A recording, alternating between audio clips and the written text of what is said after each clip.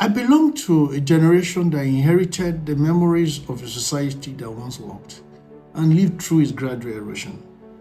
That statement may stand nostalgic, but no, it is observational.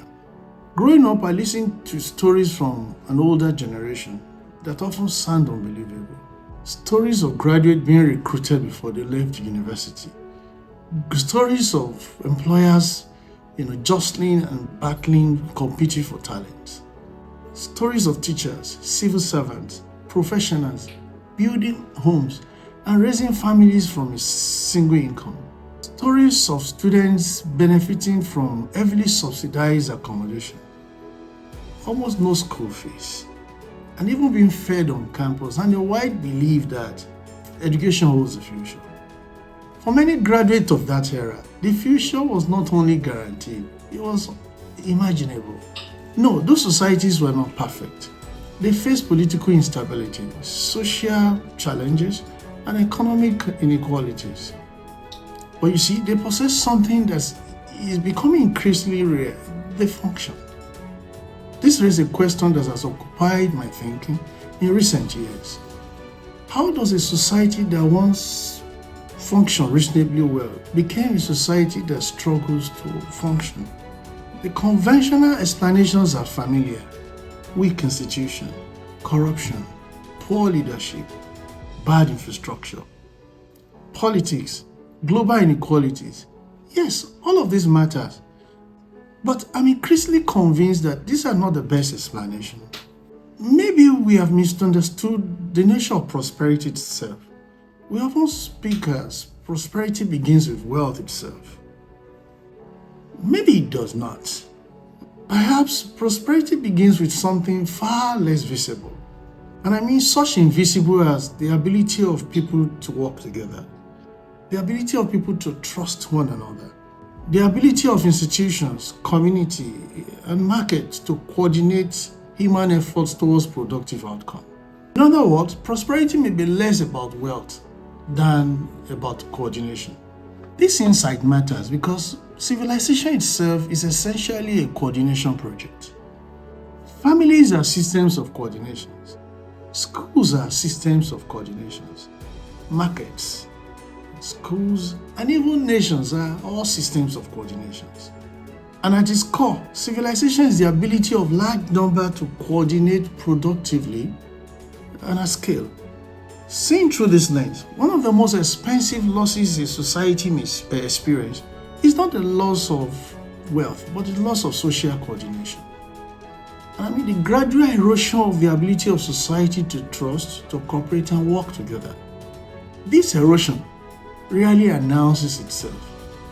There is no launching, there is no announcement, there are no headlines, there are no ceremonies, no declaration. It unfolds quietly.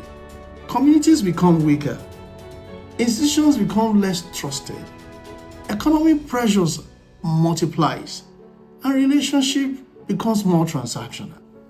As fear expands, people become more cautious, more defensive, and more isolated. And eventually, the society begins to pay an invisible tax. The tax on distrust, the tax on fragmentation, the tax on uncertainty, and the tax on fear.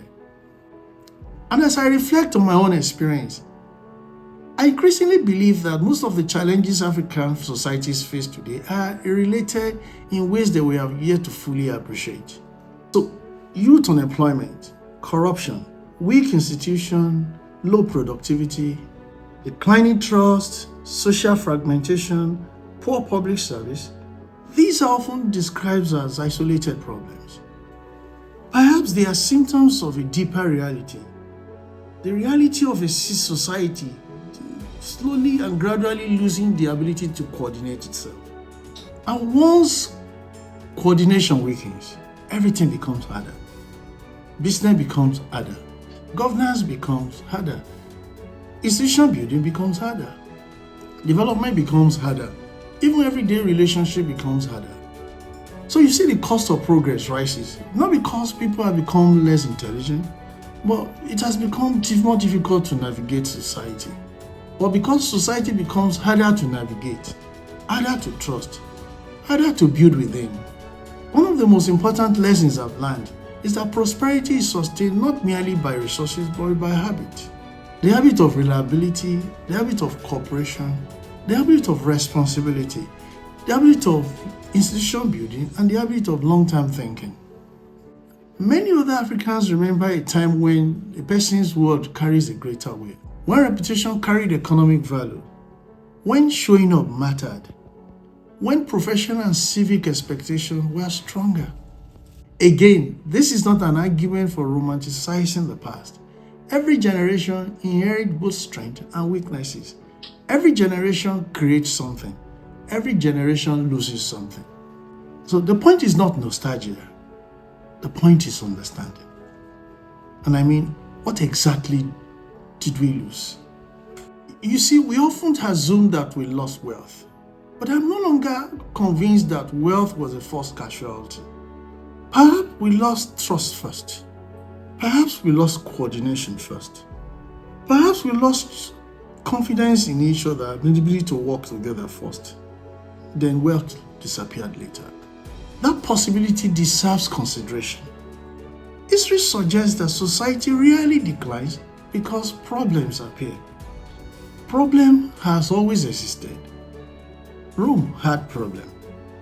Britain had problem. America has problem. China has problem.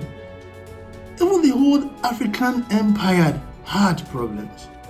Civilization becomes vulnerable when dysfunction becomes normal, corruption becomes tolerated, institutional failure becomes expected, distrust becomes routine, mediocrity becomes accepted, citizens stop expecting excellence. The normalization of dysfunction may be one of the most dangerous forms of societal decline, because when dysfunction becomes normal, people stop trying to fix it. They adapt to it. Societies are not only capable of decline, they are also capable of reconstructing. In essence, the future is not determined solely by what has been lost. It is shaped by what people choose to build. The challenge before Africa, therefore, is not merely economic. It is civilizational. How do we rebuild trust? How do we strengthen communities? How do we restore confidence in institutions? How do we reconnect talent to opportunity? How do we build a culture that rewards responsibility, reliability, and efficiency? And how do we coordinate our vast human resources more efficiently? And I think these questions may prove more important than many of the topics that dominate our public discussions. It may be decided by whether we're able to recover our ability to trust, organize, coordinate, and build together at scale. Prosperity is rarely an accident. It is the outcome of millions of actions coordinated repeatedly over a generation. And perhaps the defining challenge of our time is not how to create wealth.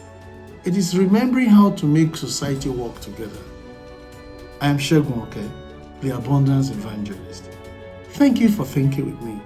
If this conversation resonates with you, please do well to drop a comment. I'll read them. I'll be glad to see you again in our next episode. Again, thank you.